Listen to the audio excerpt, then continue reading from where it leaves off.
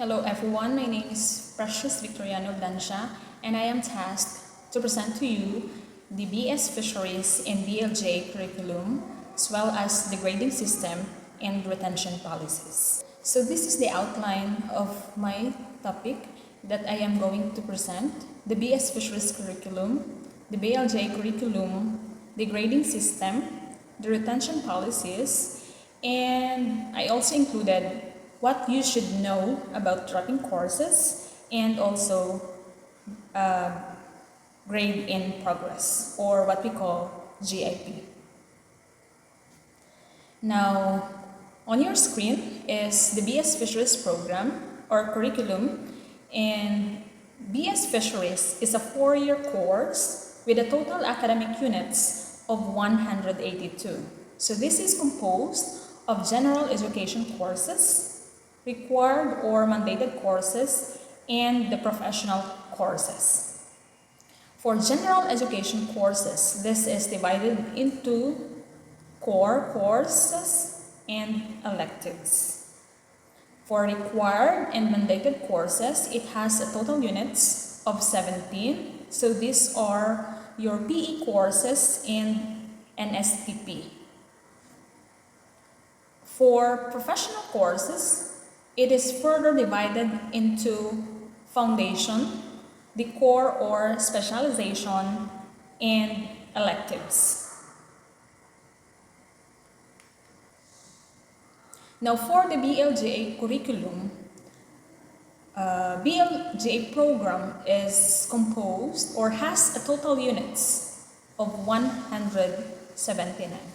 So this is composed of general education courses and professional courses. Now for professional courses, this is composed of major courses.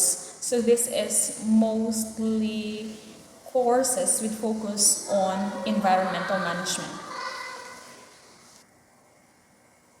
Okay, so all in all, for you to earn the degree BLGA or BS Fisheries, you should have complied all academic units. Okay, now for the grading system, allow me to present to you the 3 different grading systems specific to the type of the course you are taking. So these are skill-based performance-focused courses, the general education courses, and research-related courses. Okay. For the skill-based performance-focused courses, the grading system is composed of 2 parts. The part 1 is composed of 55%, which is breakdown as follows. For your quizzes or assignments, it is 10%, long test is 20%, and the written examination, such as the midterm exam or the final exam, this is composed of 25%. Okay, for part 2, which has a total of 45%, this is composed of class participation, which is 10%, the observance of core values, which is 5%, your course output required by your teacher or your instructor or your professor, that is 25% of your grade, and attendance, which is 5%. So that is for the grading system of skill-based performance-focused courses. Okay, now for the general education courses, this one has a different grading system. So it is composed of part 1 having a total of 65% and part 2, which is 35%. So as you can see on your screen, the breakdown of each part of the grading system.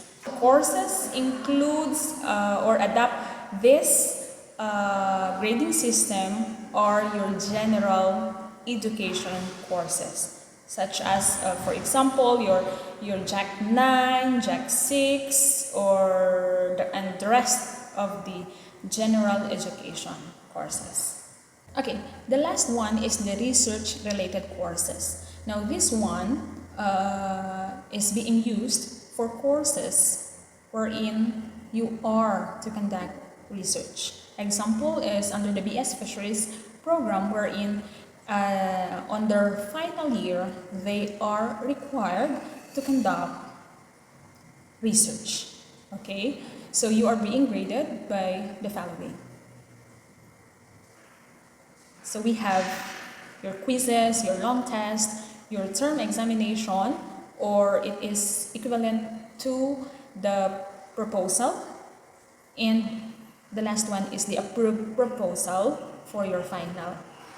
For the part 2, of course, you are being graded by your participation in the class, the observance or practice of core values, and your course output, which is it is expected that in the midterm you are to present research problem, and for your final grade you will be graded for your defense of your proposal. Attendance is also being graded for this research related course. Now for the retention policies. Okay, on your screen is a table that shows the standards in evaluating student records for the purpose of retention. Okay, so a student will be put into warning status if he or she obtained 25 to 49% of its failure. If the students obtain 25 to 49% failing grade out from the total academic units you are enrolled in a specific semester. Probation, if you obtain 50 to 75% failing grade, and 76 and permanent disqualification for students who obtain 76 to 100% failure. Now, this is an example of the program study of BS Fisheries first year. Now, suppose you are a regular student enrolled with a normal load of 26 units. At the end of the semester, for example,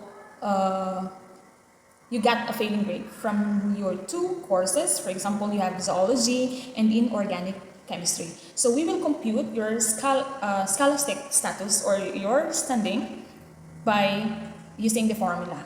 Okay, so given that zoology has a credit unit of 5 and 4 units for inorganic chemistry, meaning you obtained 9 units out of 26 units fail, or you failed 9 units out of 26 units, meaning when you compute it 9 over 26, it will give you a percent failing rate of 34.6.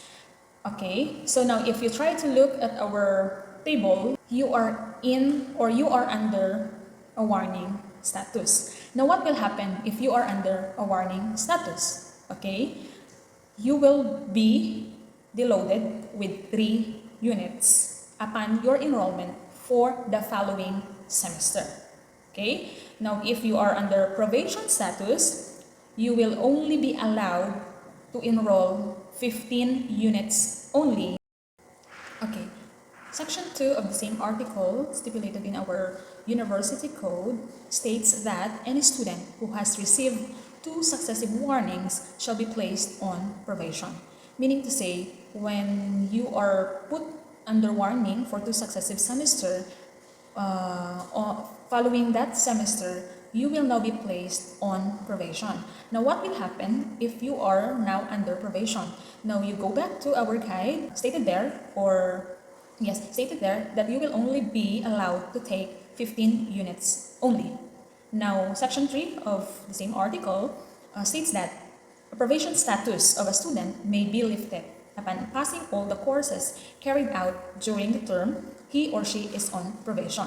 Now, meaning to say, when you are now put under probation, make sure that you passed all the courses you are enrolled in. Make sure you will not obtain grades below 3.0, okay? So that you will not be put again under probation.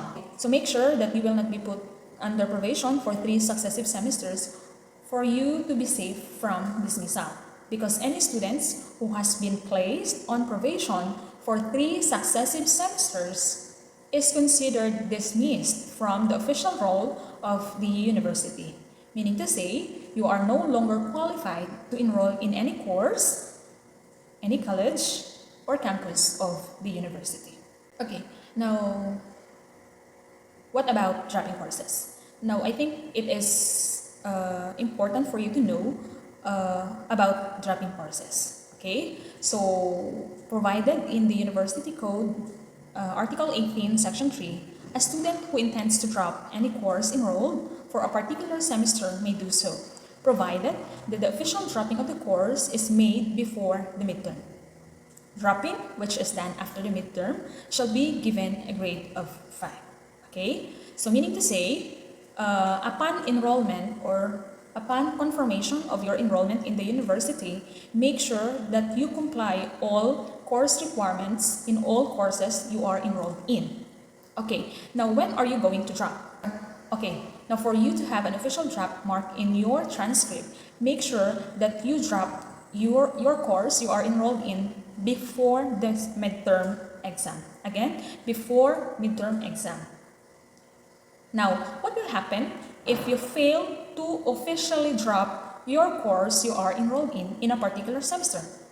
Again, dropping is done or is made before the midterm. Now, when dropping is done after the midterm, this will be given a grade of 5.0. Again, if you fail to drop the course before midterm exam, you will obtain a grade of 5.0. Okay, so for students who are enrolled this semester, make sure you have a copy of your courses you are enrolled in, and whether you have problems in compliance of your course requirements, just approach your advisor so we can guide you as to the dropping of your courses or as to the official dropping of your courses you are enrolled in. Okay, I also included the GAP grade. Okay, I think majority of you would agree that you obtained a grade of GIP. Now what about GIP? Now here, GIP or grade in progress is given to students who have not complied a major course requirement, especially in a major activity that a teacher deferred or a major exam a student has not taken due to valid reasons. Meaning to say, if you fail to get or to take midterm exam or final exam or major course, or you fail to submit a major course requirement in a particular course, expect that you will obtain a grade of GIP or grade in progress. Okay, now what is important for you to know is that GIP should be removed before it will expire. Again, yes, it will expire. Okay, now all GIP grades obtained second semester of academic year 2019 to 2020, so that covers second semester from January 2020 to May 2020. Okay, so your grades obtained in the said semester must be removed until July 2021. Meaning to say, you need to comply all course requirements required in your courses when you obtain a GIP grade until July 2021. So you only have 4 months, I believe. March, April, May, June. Okay, you only have 5 months to comply or to remove GIP grade for your second semester of academic year 2019-2020. Otherwise, the grade becomes 5.0. Meaning to say, if you fail to comply your GIP grade obtained last second semester of academic year 2019-2020, your grade will become 5.0. And you have to re-enroll the subject where you obtained a failing grade. So that will be all for my presentation this afternoon. And should you have comment or questions regarding your academic status or your standing, feel free to fill out the Google form we have provided. So that will be all, and thank you for listening.